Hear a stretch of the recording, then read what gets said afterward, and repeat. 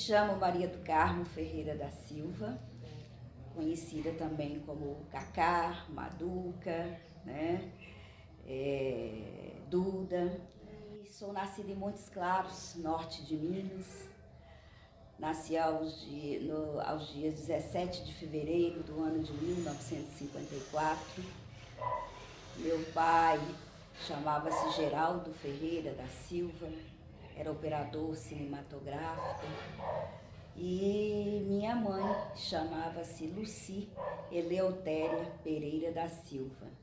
Ele de Coração de Jesus, também no norte de Minas, e ela de Pirapora, norte de Minas. Meu pai era filho de retirantes do norte de Minas. Meu avô era boiadeiro, né? E a minha avó, né, ela foi pega no laço, meu pai era puri, né? E família grande. Hoje eu ainda tenho um tio que vive no mundo dele, que é o mundo que a gente, se fosse como é que fala? Com os americanos, seria tido como cowboy. Meu pai foi operador cinematográfico em Montes Claros. Então, o famoso Cine São Luís, né, ainda existe em Montes Claros. E até recentemente, tipo assim, uns 4 anos atrás, alguém da direção de lá pediu que se a gente tinha fotos do meu pai. E a gente tinha uma, inclusive, dele perto das máquinas, junto com outros colegas, porque parece que alguém do cinema estava querendo reconstruir a história do Cine Luís. Então, o que eu me lembro dele, quando criancinha, era um pouco disto.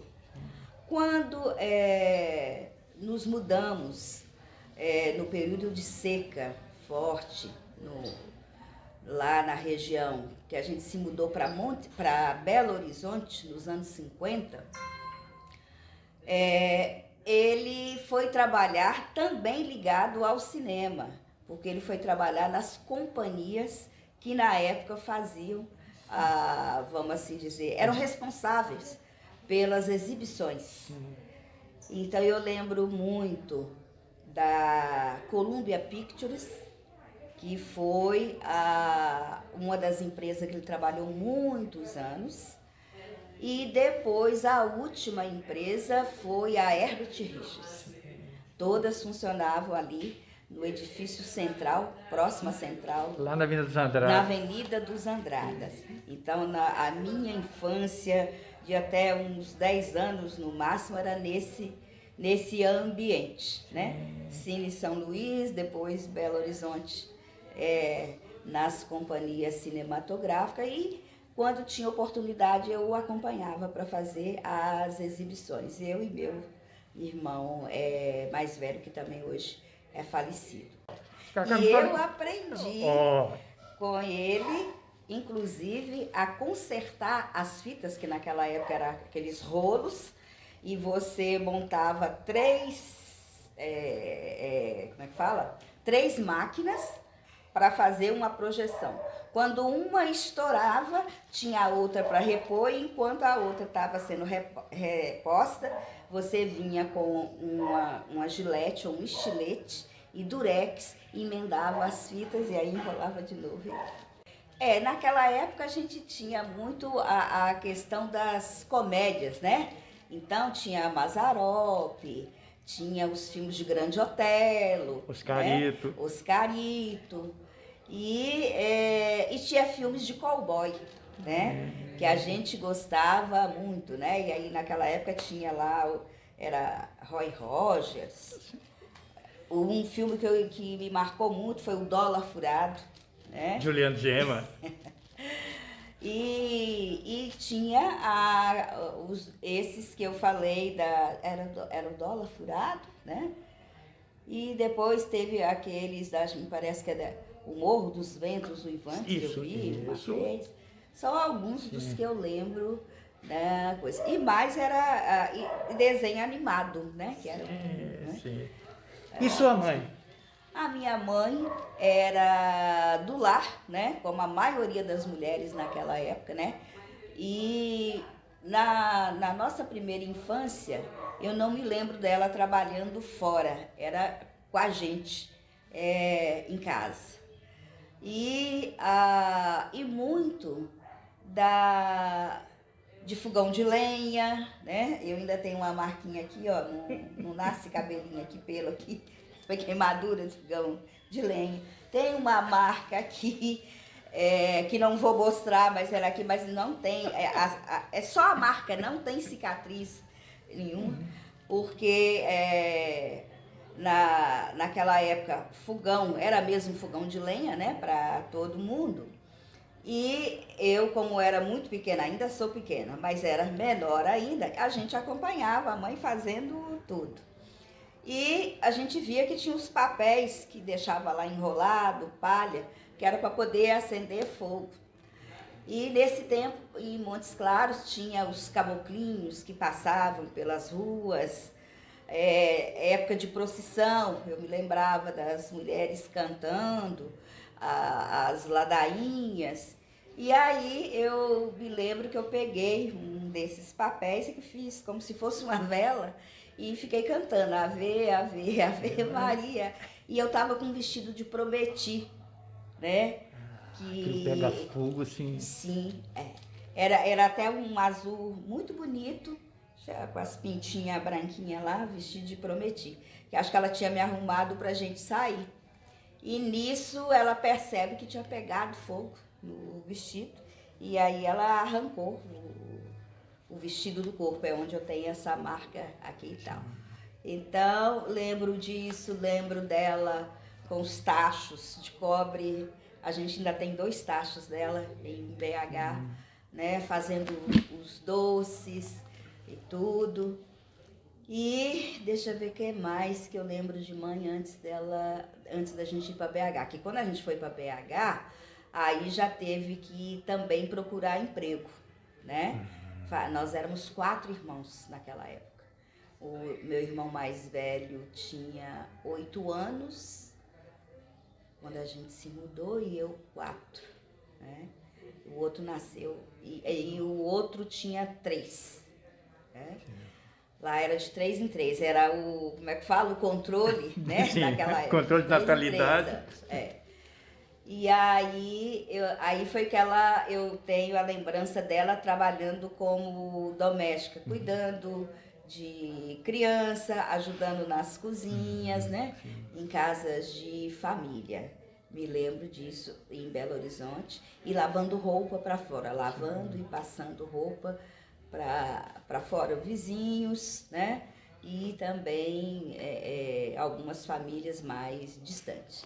Aí já mudou um pouquinho, porque antes era fogão de lenha, depois já é fogão a gás. Sim.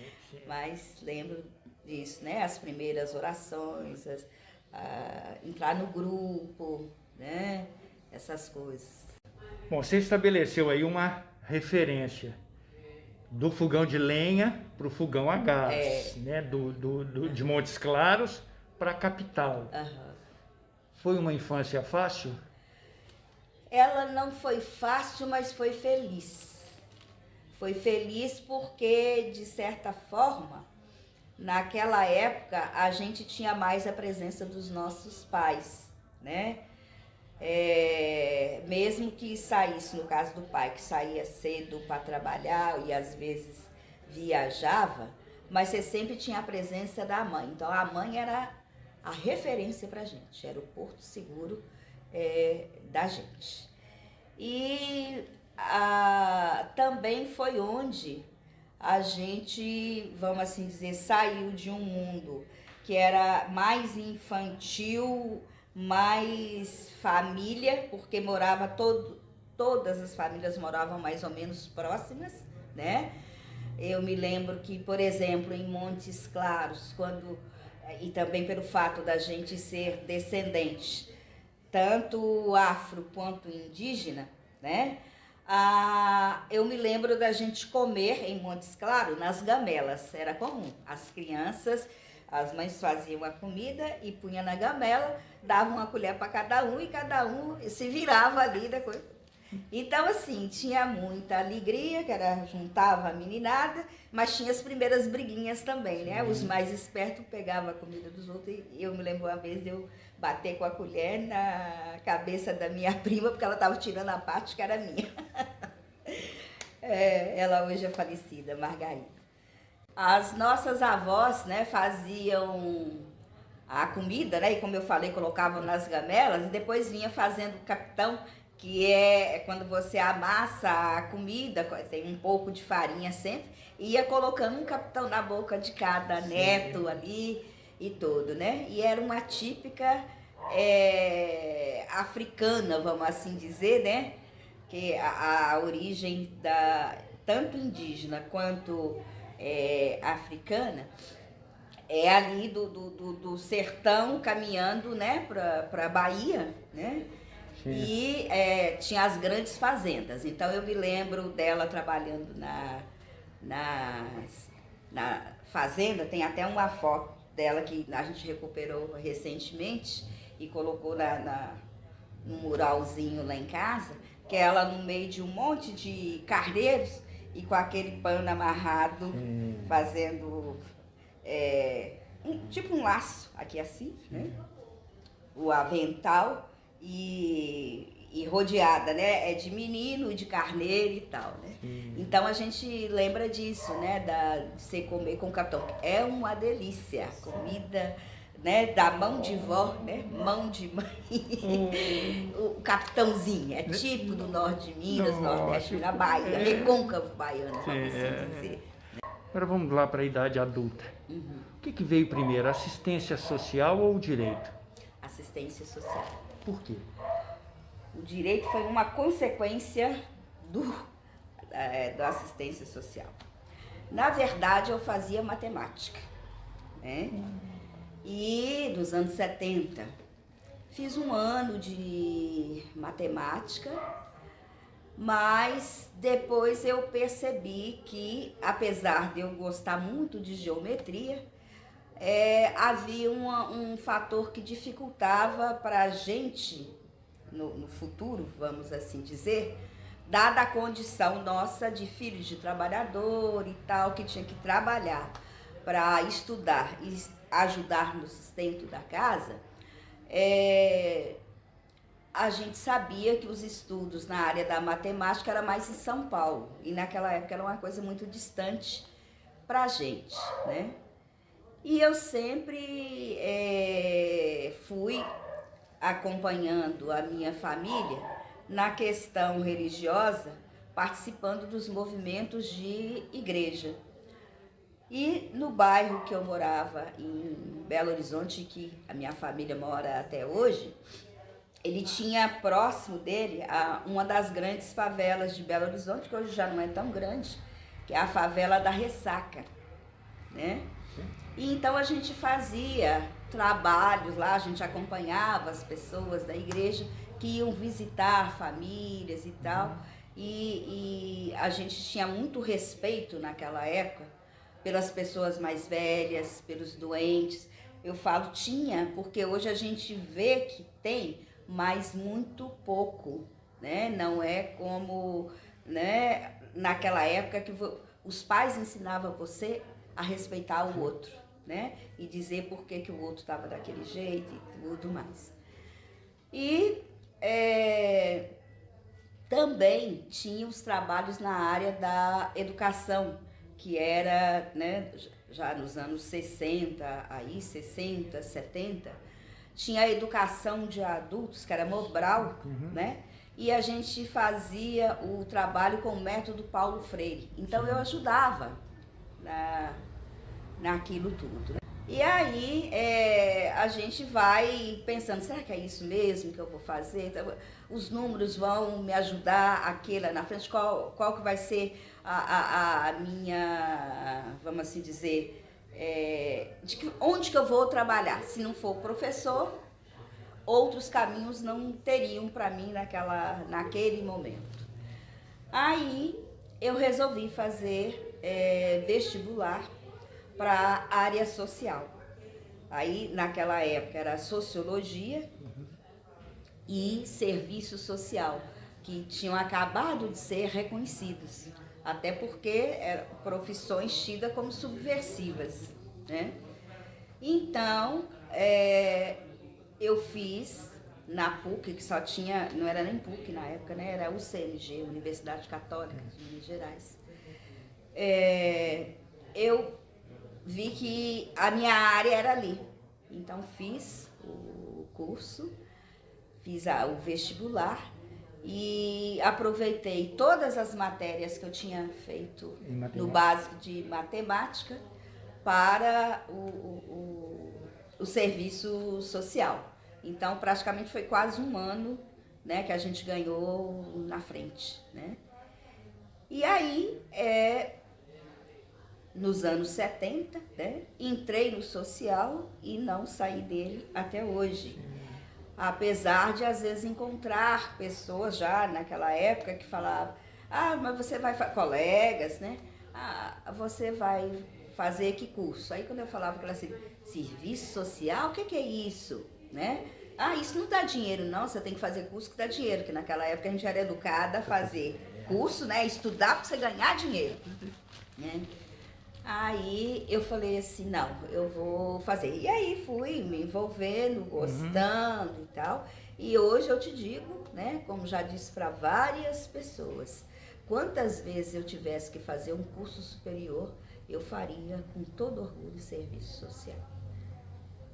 Porque o retorno financeiro que muitas profissões podem dar de imediato, né, ela, para mim, não é um atrativo, porque o retorno que você tem enquanto crescimento pessoal, crescimento com relação ao outro, né, ele é muito maior, né? E isso faz todo um diferencial no a gente estar aqui hoje, né? Então é uma profissão onde eu me realizo, inclusive, enquanto pessoa, né? E enquanto cidadã, a gente percebe que eu fiz o curso certo, né? Muito embora a gente saiba que, né,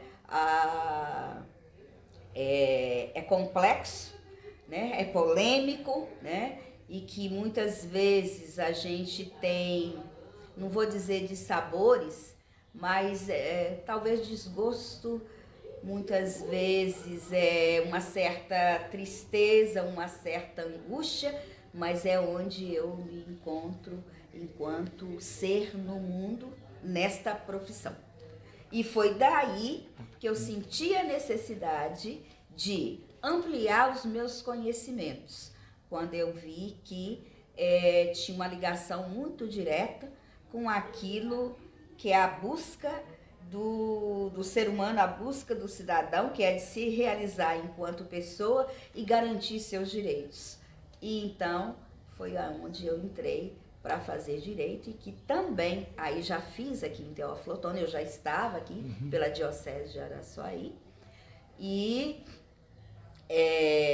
como vamos assim dizer, um conhecimento a mais para me balizar nas decisões que eu teria que tomar em favor da garantia do direito das pessoas que a gente estava lidando aqui, que eram as associações, que começavam as primeiras associações, clubes de mães, associações de bairro, clube de mães, grupos de jovens e os primeiros sindicatos, né, sobretudo na região. Então era a área que a gente mais trabalhava.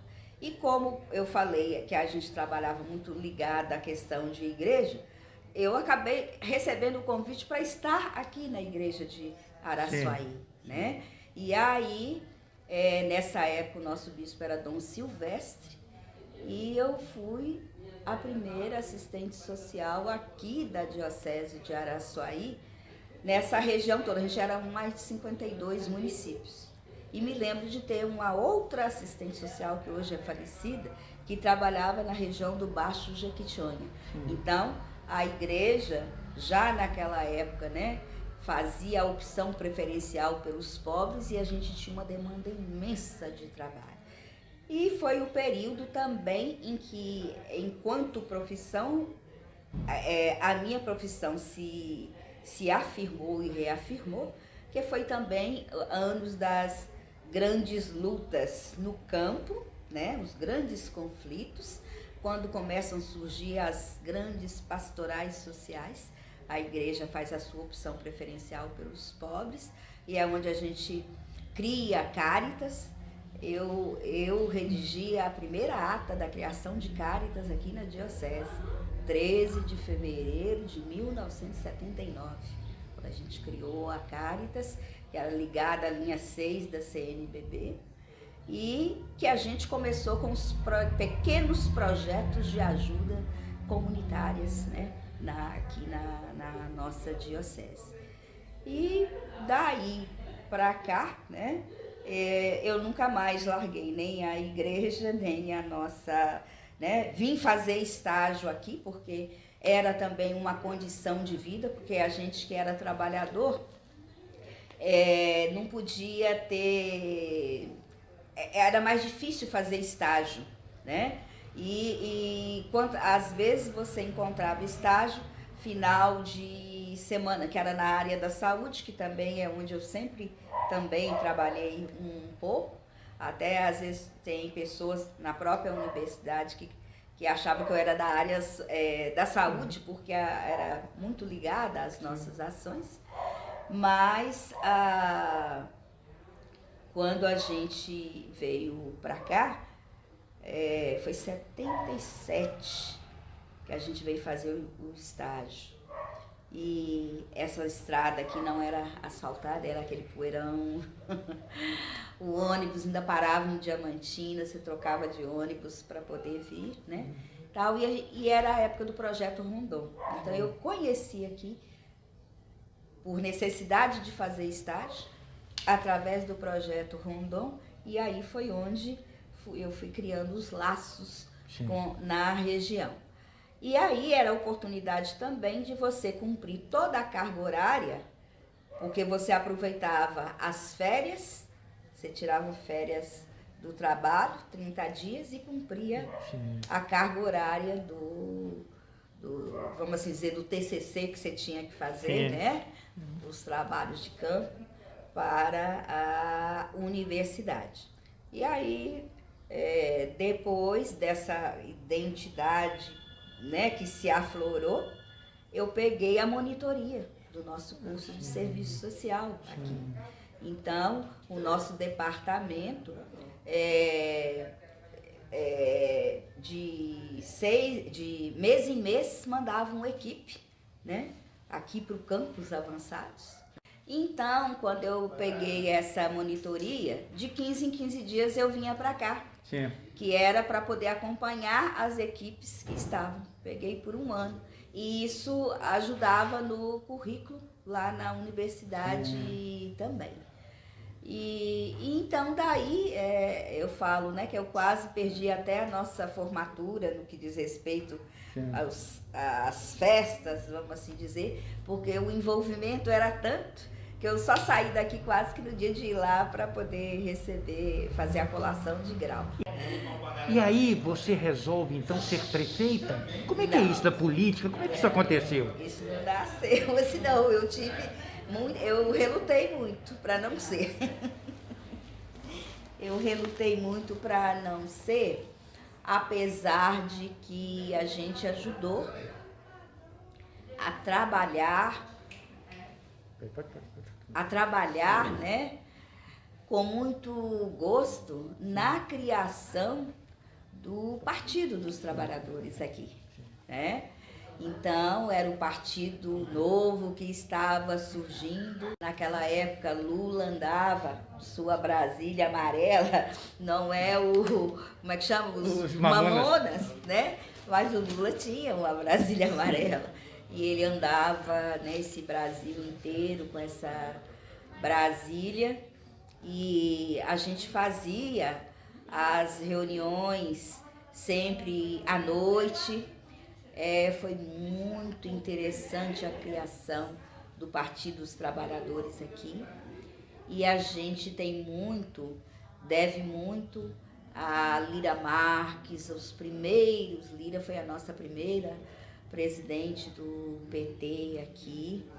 E os nossos trabalhadores rurais, sobretudo, alguns das comunidades de base que saíram candidatos pela primeira vez também, já nesse período.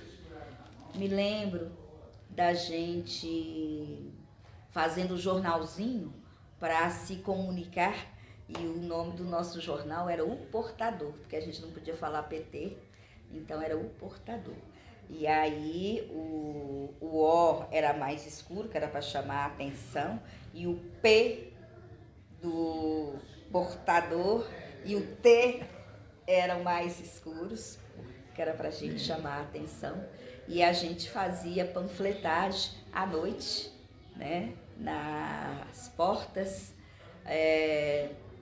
para que a gente não fosse, de certa forma, perseguido naquela época, porque a gente era perseguido, né?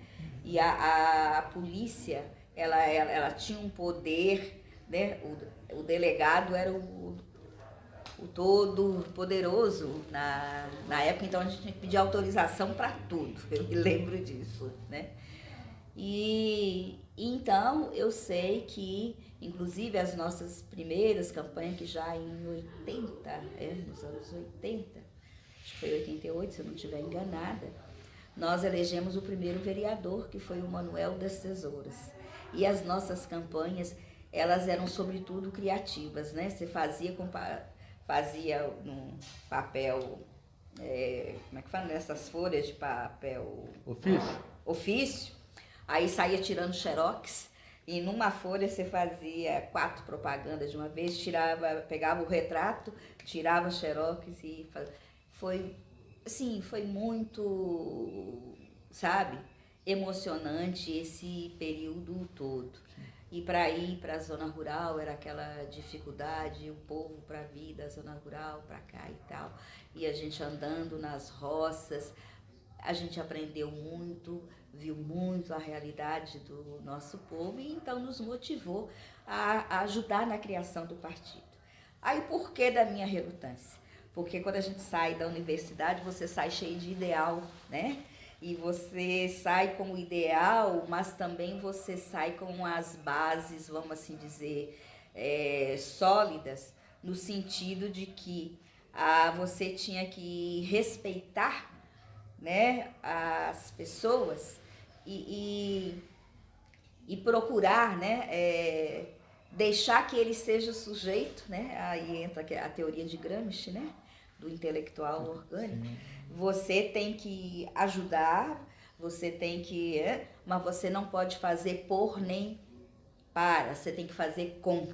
Então a gente tinha aquilo muito, coisa assim, eu estou tirando o direito das pessoas, eu não tenho esse direito de fazer por, né? Tem que ser com. A gente ficava naquele conflito. E também tinha um significado para mim as eleições, toda vez que tinha eleição. Porque como a gente aqui era tão longe, para a gente vir, continua longe, mas hoje você tem, né, outras facilidades que a gente não tinha. A gente só tinha ônibus 2 vezes por dia, era um 6 da manhã e outro 6 da tarde.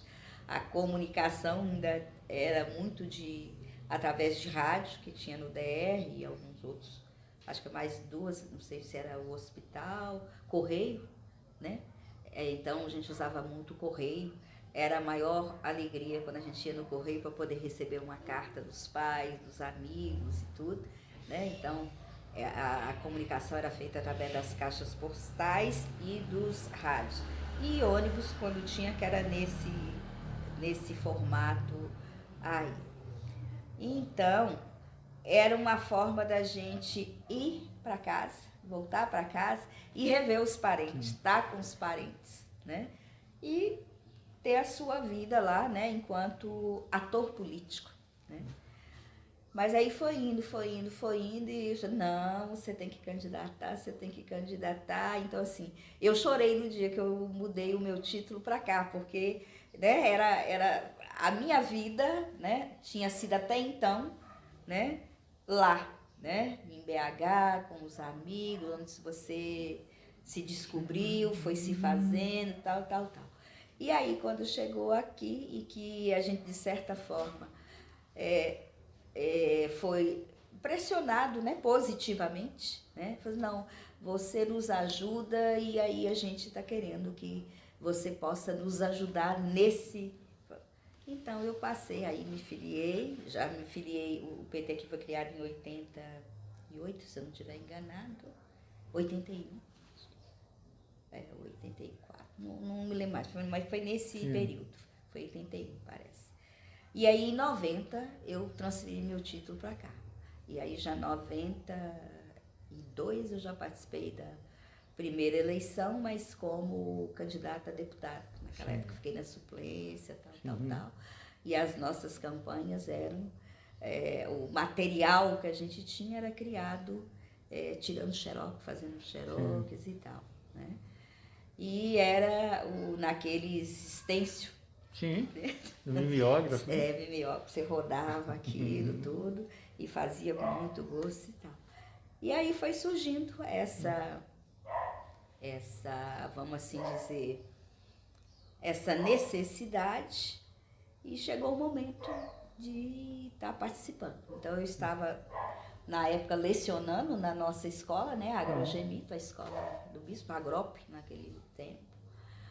E um ano antes eu saí da Agrop para me preparar, né? Porque a gente fazia campanha, né? Então a gente começou a se organizar na região toda e tudo. Aí nas outras eleições nós já montamos equipes para vigiar os votos. Então foi 96 e aí mudou-se também, né? O juiz, mudou o delegado naquela época. E eram pessoas mais... que a polícia era contra a gente mesmo, né? E os cartórios, de modo geral, era mais o pessoal da elite, que eles eram que controlavam tudo e todos, né? E em 96 a gente teve essa, vamos assim dizer, esse cenário novo, com um juiz que na época ele preferiu fazer a contagem dos votos de Araçuaí por último, porque ele já sentia mais ou menos. E a reunião de apuração, ele falou o seguinte, né? Reuniu os mesários, e ele mudou o local também de contagem dos votos, passou para o clube da cidade, que foi o Clube Calhauzinho. E ele falou assim, olha, para os mesários e presidentes, né? Vocês estão aqui para mais um exercício da cidadania, onde o povo já deu a sua contribuição, já fez a sua parte, e agora cabe a vocês transportar para os mapas eleitorais a vontade do povo, o que o povo expressou. E com um aviso, qualquer tentativa de mudança na vontade do povo, eu mudo vocês daqui para a cadeia. Ele foi bem contundente na época, né? E então, e aí entra a solidariedade do povo, que foi uma semana para se apurar esses votos, quase, e que é a comarca, né? E aí cada um dava uma garrafa de café, o outro dava uma garrafa de biscoito, revezava quem que ia vigiar de manhã, de tarde, de noite, enquanto não estava. E a própria campanha em si, que foi uma coisa maravilhosa, que foi o povo que fez, né? Como é ter sido a primeira mulher prefeita de Araçuaí? Foi uma responsabilidade muito grande, continua sendo. E foi um desafio que foi vencido com a participação, sobretudo, não só das mulheres, mas de homens e mulheres dispostos a mudar a sua realidade. Foi uma novidade, né? No estado, no Brasil, né? Que baixou a imprensa do Brasil inteiro aqui, porque era um fato inédito que estava acontecendo, né? Uma mulher negra de igreja do PT, né? Que é da oposição, né? E da área social, que tinha vencido as eleições nas chamadas terras de coronéis. Então foram manchetes várias que saíram e a gente ficou muito tempo convivendo com esse vai e vem para poder entender o que estava acontecendo. E a responsabilidade ela é grande, por quê?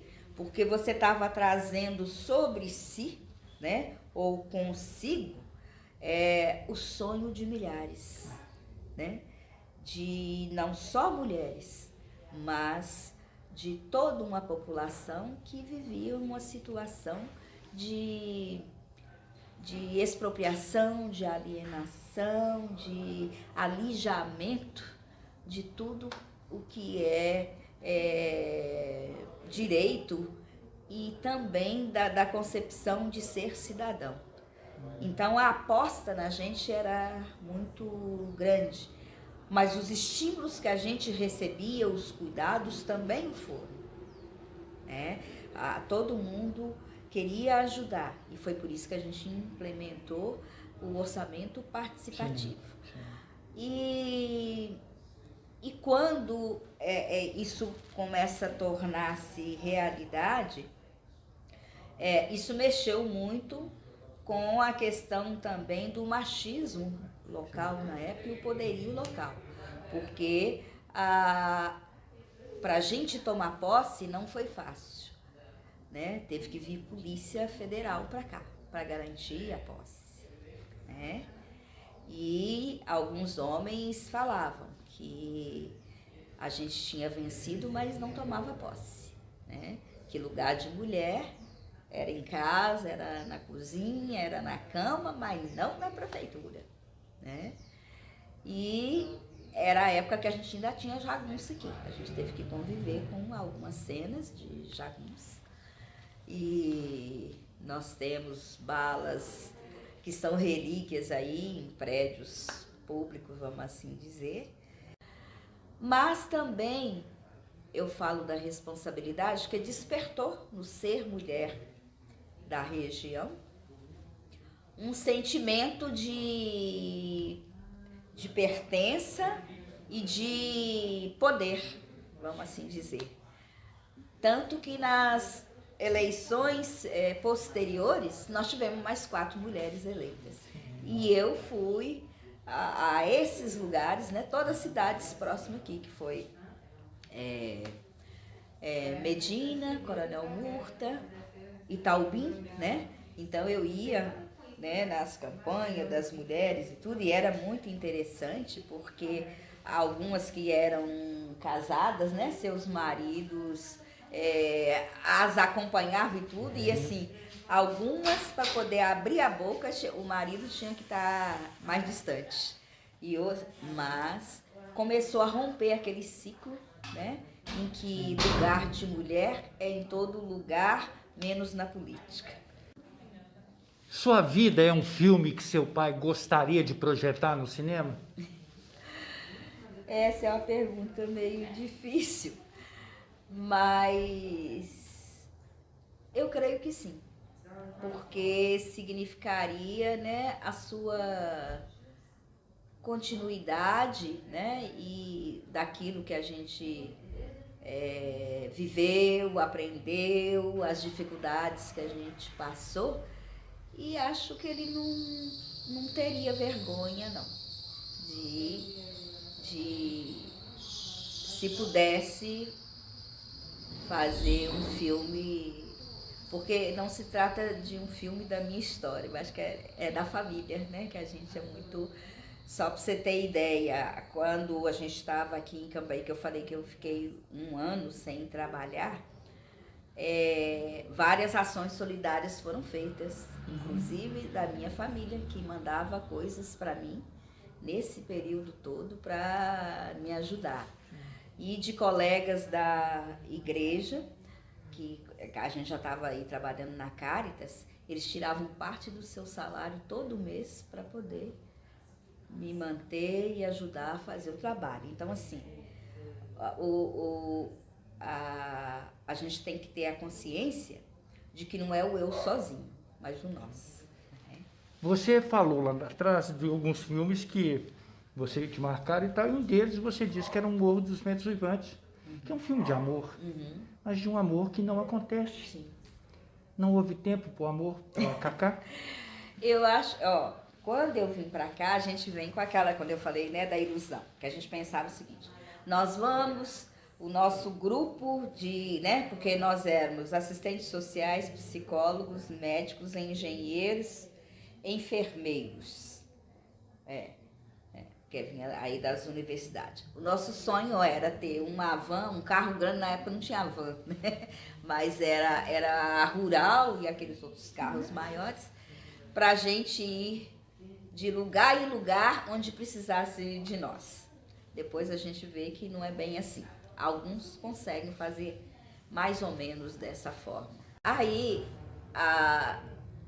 a nossa vontade de fazer era maior do que a vontade de você pensar em você. Mas é claro que a gente, né, teve namorado, né, vários amigos e amigas e tal. E a gente falava assim, eu vou trabalhar aqui 10 anos e depois eu vou cuidar da minha vida. Né? E aí depois falou assim, não, mais um pouquinho, porque a comunidade ainda está precisando. E assim, eu vou ficar casada com a comunidade só mais um tempo. E aí foi. Há um casamento, né? Porque, né, cada família que te acolhe, que é um casamento. Peraí, como é que é? Eu falo que agora o meu casamento com a comunidade já deu o que tinha que dar, vamos assim dizer, né? E se aparecer alguém que não está aí preocupado muito com as coisas e que quer também ser feliz, né? Nós estamos aí. Que eu falo, a gente procurou trabalhar muito para a felicidade dos outros. Agora a gente trabalha para a felicidade dos outros e para a nossa também.